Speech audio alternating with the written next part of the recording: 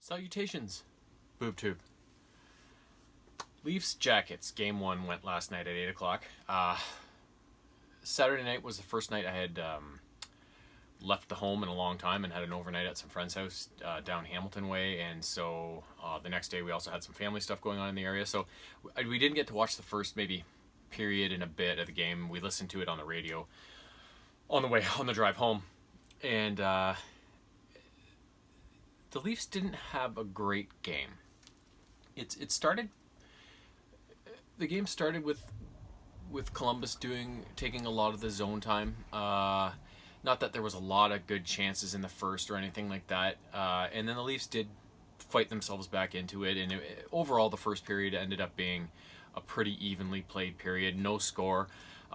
Second period, more of the same. I'd say overall, the Leafs actually they look like a better team than the Blue Jackets, but they're having a bit of trouble with the Blue Jackets' more physical nature, and they have a really strong forecheck. So the Leafs we're getting penned up in their own zone for stretches and stuff like that. So they're going to have to find a way to fight against that and find a way to get out of their own zone and get some sustained zone time in the offensive end and kind of fight through this tight style of game that the Blue Jackets are bringing towards them.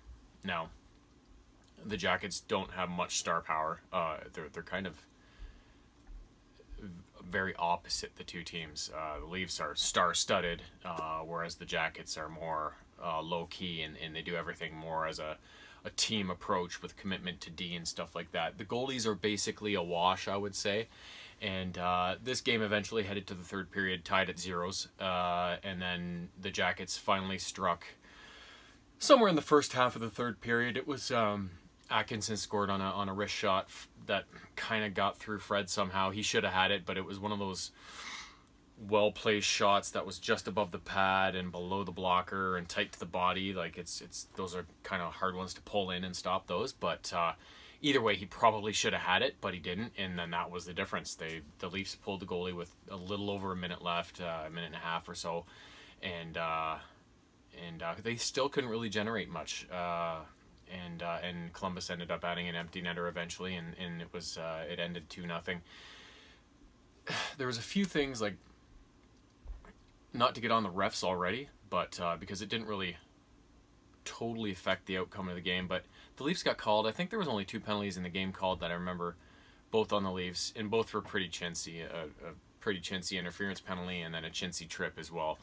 But the Leafs, like, there was no wonder they couldn't get any shots from the slot, because every time the puck went there, the Jackets were hacking them and holding them and hooking them. And I'm going here like, they get called for these shit penalties, and then this is happening and there's nothing, right? So I'd rather them just not call anything at all, which is normally the way they do in the playoffs. It's got to be something pretty serious to be called, and then you go and see like that, like, and I know those 2 power plays didn't lead to a goal directly, but they also kind of sapped the momentum, right? So it does affect the outcome of the game, and I found that somewhat disappointing. And then the other thing is just the Leafs, they looked like the rustier team. Pucks were rolling off sticks. You know, they had a prime shot to shoot, and it just it got off the end of their stick, and they were pulling the trigger, and then there's no puck there anymore. Some of their decision making too, like somebody had a great opportunity to shoot, but they decided to curl off or pass it, and the chance then led nowhere. That sort of thing. So I think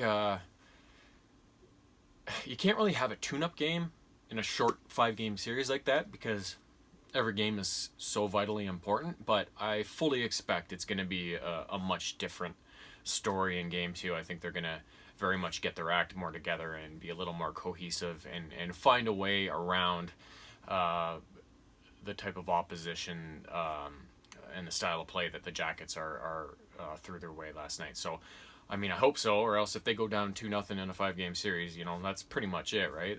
They got to win 3 in a row to come back from that. But either way, the defense looked okay. I thought they limited Columbus's chances to, you know, each goalie had to make a few really good saves, but overall, I think a lot of the chances, they held them to lesser, percentage chances, and I thought the D did a pretty good job, and it's just that the forwards, their firepower, they just couldn't get any really good looks and stuff like that. So the Leafs' backbone, their Achilles heel being their defense, and it always being the problem with this team. I thought last night was a pretty good start in that regard. And Fred looked, other than the one crappy goal, Fred looked really good. So, despite losing that game and not looking the best offensively, I think there's still some positives to take out of it, and hopefully,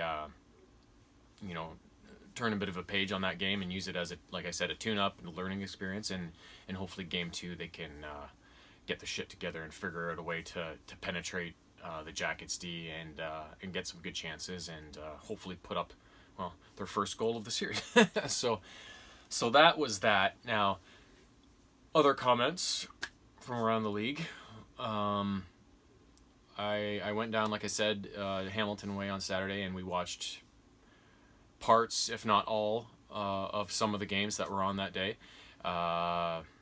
And I was really excited for, like I said, the Edmonton-Chicago series, and that game was over within the first half of the first period when Chicago came out barnstorming. But the one situation that really irked me was during the Flames and the Jets game, which was the late game on Saturday night. And it's Matthew Tkachuk running around being a jackass like he does.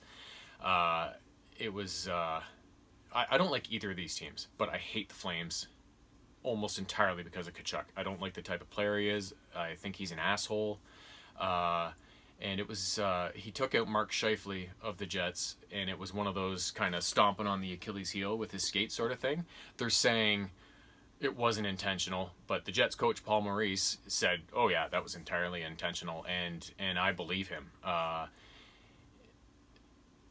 believe it for a couple reasons. First, it's Matthew Tkachuk. He wants to hurt guys. He sets out to hurt guys, and he never gets punished, and so he's just going to keep on doing it. And when you look at the play, Scheifele was kind of curling back towards the boards, and Tkachuk followed him in to kind of rub him out. And as he was turning to go towards him, his skate came up like a foot or more off the ice and just kind of stomped on the back of Scheifele's leg. Now, for those of you who have never played hockey, when you're going to make a turn or stop like that, your foot doesn't come up that high off the ice and point towards the boards. It stays on or close to on the ice. You may, if you're going really fast and you're trying to make a sharp turn or whatever, or stop, your blade might get a bit of bounce on the ice as it's trying to find an edge. But it comes up a couple centimeters, maybe an inch, as it's bouncing along the ice. It doesn't come up a foot aimed directly at the guy's fucking leg. Like, it's ridiculous. And the fact that the league didn't do anything about this, I mean, they have no idea. Of course, Kachuk's going to say, "Oh, I didn't mean to do it. Oh, it was an accident. Whatever. I'm sorry. Whatever." And like he's going to say, who's going to admit to it, right? But it's entirely intentional. It's without a doubt in my mind. He's that type of player. He's done these sorts of things before. He's only been in the league a couple years, and he's got this reputation already for being a dickhead. And the fact that the league did nothing about it really disappoints me. Even just give him a game. One playoff game is going to be enough to make him hopefully go, "Oh shit, that was a bad idea," right? But now he's just like, "Well, I got away with that. What am I going to do next," right? And watching some of the commentary after this, Brian Burke, who is a former GM of the Leafs too, he was the one that kind of engineered the Phil Kessel stuff and all that stuff. He's interesting to listen to, but in this case, he's entirely wrong. He doesn't believe Tkachuk did it on purpose, and he believes that guys like Tkachuk, they need these guys in the league. These guys that skate the line and sometimes cross over the line in hockey. No, you don't need these guys. These guys are fucking useless. All they do is hurt people. Like Matt Cook. Do you think Mark Savard wished Matt Cook was never in the league? The guy cheap shots him and ends his career with a concussion. Like, you don't need these friggin' guys. They're garbage. They're thugs. That's all they are. And now, with the instigator rule and suspensions and stuff, now guys can't even go and straighten it out. So Kachuk getting away with this all the time is just going to encourage him to do it more. And like Berkey said, you need these guys that push the line and sometimes cross over it. No, you don't. Do you think Wendell Clark ever crossed the line? No. He never laid a dirty hit. He never did anything like stomp on somebody's Achilles heel. He just hit people hard and clean. And when he needed to answer the bell, which he did a lot, he would beat the shit out of people with his fists, which was entirely within the realm of the rules of the game. Guys like this should be like Matt Cook, Rafi Torres, now Kachuk, guys like this that just go out and target people and headshot and stomp on Achilles heels and go for the knees and stuff like that, trying to put guys out of the lineup for, you know, who knows how long, right? These guys have no place in the game, and I thought that that would have been a really good situation for the league to come down on Kachuk and send a message to him, but now he's gotten away with it, and he's going to live to do it again, right? So I feel sorry for the Jets. I don't like the Jets, but the fact that you have a guy taken out like that in that fashion, and you don't even have anything to show for it, like the league's just like, no, he didn't mean to do it. He fucking meant to do it. So that kind of was the one thing that happened over the course of the weekend that really caught my attention and got my blood boiling a bit, because I do not like him as a player. And I used to not mind the Calgary Flames, and now I completely hate that franchise simply because of that one player. And in my opinion, guys in that league, those types of guys in the league, they have no place. So, but you know, who am I? I'm just a hockey fan, and nothing I can do about it. But you just got to hope that eventually somebody will, whether it's on the ice or it's coming down from on high. So, well, I've said my piece, and we'll see what happens in the world of hockey today. But in terms of the Leafs, they play tomorrow at 4, I believe it is. So we'll see if they can turn things around and even the series back up, and we'll see if there's any more developments. The Jets and the Flames play today, so I'll be interested to see what happens in that game. So, and apparently Scheifele, the guy that got hurt, he's it sounds like it's not as bad of injury as it first looked on the ice, but still he's probably going to be out for some time, and the damage is done. So but we will see what happens over the next couple days, and I will be back with my 2 cents. So long.